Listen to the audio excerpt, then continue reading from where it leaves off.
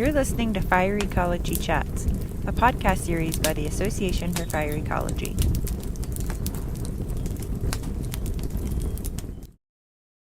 Hello, everyone.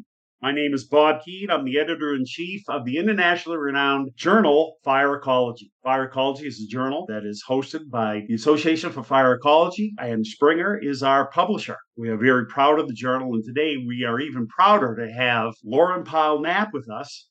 And she's going to talk about a very important paper, a topic that's incredibly close to my heart, is managing forward while looking back, reopening closed forests to open woodlands and savannas, or the topic of fire exclusion and its effects. Lauren, could you introduce yourself and tell us your affiliation? Thanks, Bob. Thanks for having me today. So I'm Lauren Pile Knapp, and I'm a research ecologist with the Northern Research Station, U.S. Forest Service, and I'm located in Columbia, Missouri. Well, thanks again, Lauren, for coming on and telling everyone about the paper. Can you give us a thumbnail sketch of the paper right now? So yeah, this paper is specifically really focused on what the title says. So it's really thinking about our forests in the eastern United States, how fire was removed from those systems. And a lot of our forests have increased in densification through time, not only fire, but other past land management issues. And thinking about how we should approach reopening these closed forests to some of their historic conditions of open forests and savannas. And so we basically outline the paper by thinking about how the past can inform our management today. So things like dendrochronology and reconstructing stands through historical data. And then thinking about how things have changed in regards to mesification, how our forest composition affects the forest floor and how we can burn. And there's lots of prescriptions out there for managing our forest, but they're not really well developed for savannas and woodlands, and particularly maintaining a continuous canopy cover while through the recruitment process, while also including fire within that mix. Increases in woody sprouts to our current fire regimes are certainly impeding the management that we do. And it's somewhat hard to restore ground flora when you don't know what the historic ground flora was, because we don't have those kind of records. But it's all kind of really important for wildlife and the wildlife that depend on open forest conditions, including birds and pollinators. You know, Lauren, as I said before, this topic is really near and dear to my heart. I spent my entire career trying to convince people we have to reintroduce fire back to get these historical ecosystem structures back. And I was really, really interested in this paper. I read it 3 or 4 times. As I understand, this paper is an introductory paper to a set of papers that are in a collection. And this collection is a result of a conference or a set of conferences. Lauren, can you tell us about that conference and the collection? Yeah, Bob. So just to give a little history, so the Fire and Eastern Oaks Conference sort of came out of, there's not much information out there, literature out there about fire in our Eastern Oak forest. Even in Braun's 1950 Deciduous Forest of Eastern North America, only 20 pages of the entire 596 pages are devoted to fire in Eastern forests. And additionally, when Morgan Varner and others wrote up the first special collection in 2016 for the Fire and Eastern Oaks Conference, they did a little bit of a literature view of what had been published in Fire Ecology before, and only 6% of the papers in Fire Ecology from 2005 to 2015 actually focused on fire in Eastern Oak Forest. So there's sort of this information gap, even though we know that fire is a component of our Eastern Oak Forest, though the workshop was really set up to try to promote our understanding how we can help managers using fire in oak systems, and then also what questions are out there for research. So this is the third special group of papers from the Fire and Eastern Oaks Conference, and it kind of highlights more as we are learning more about the science and the forests and how they interact with fire, and thinking about not only just restoring fire to the systems, but what are the full suite of species when we reintroduce fire in Eastern Oak Forest. Hey, thanks for that. Yeah, that's a great conference and a great collection, great set of collections. So readers should definitely go to this collection and not only read your paper, but others. So speaking of managers, what would you tell them on how to use the information in your paper in their everyday lives?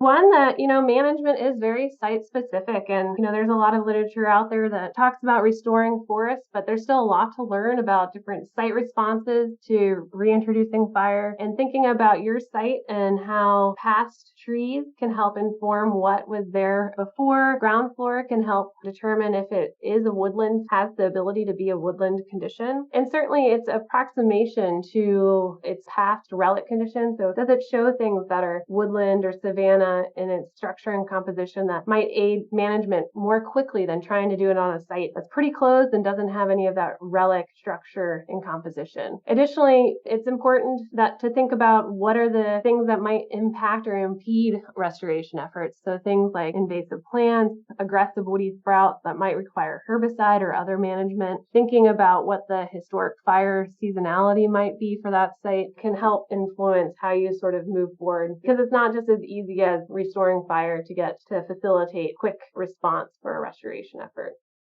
Yeah, if we take away fire for decades, it really is difficult to bring it back in. So you hit the nail right on the head there. So, the exclusion of fire from these important ecosystems is really important for a wide variety of ecological elements. But could you tell us about how important it is to reintroduce fire for wildlife?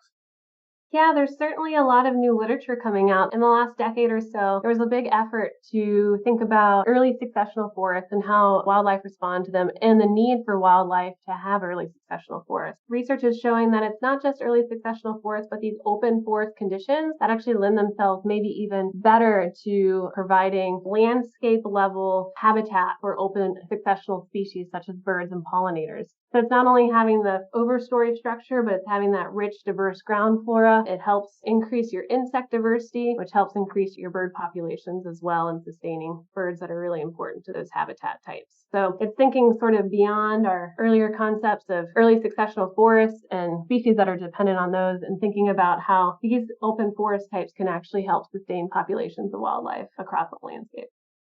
Yeah, I love it. You have a section in there that's build it and the wildlife will come. I think that's great. And that's exactly right. If you want to know how to build it, you can read this paper, right? The author list of your paper is a veritable who's who of oak researchers. I wonder if you want to recognize any funding agencies or these current co-authors.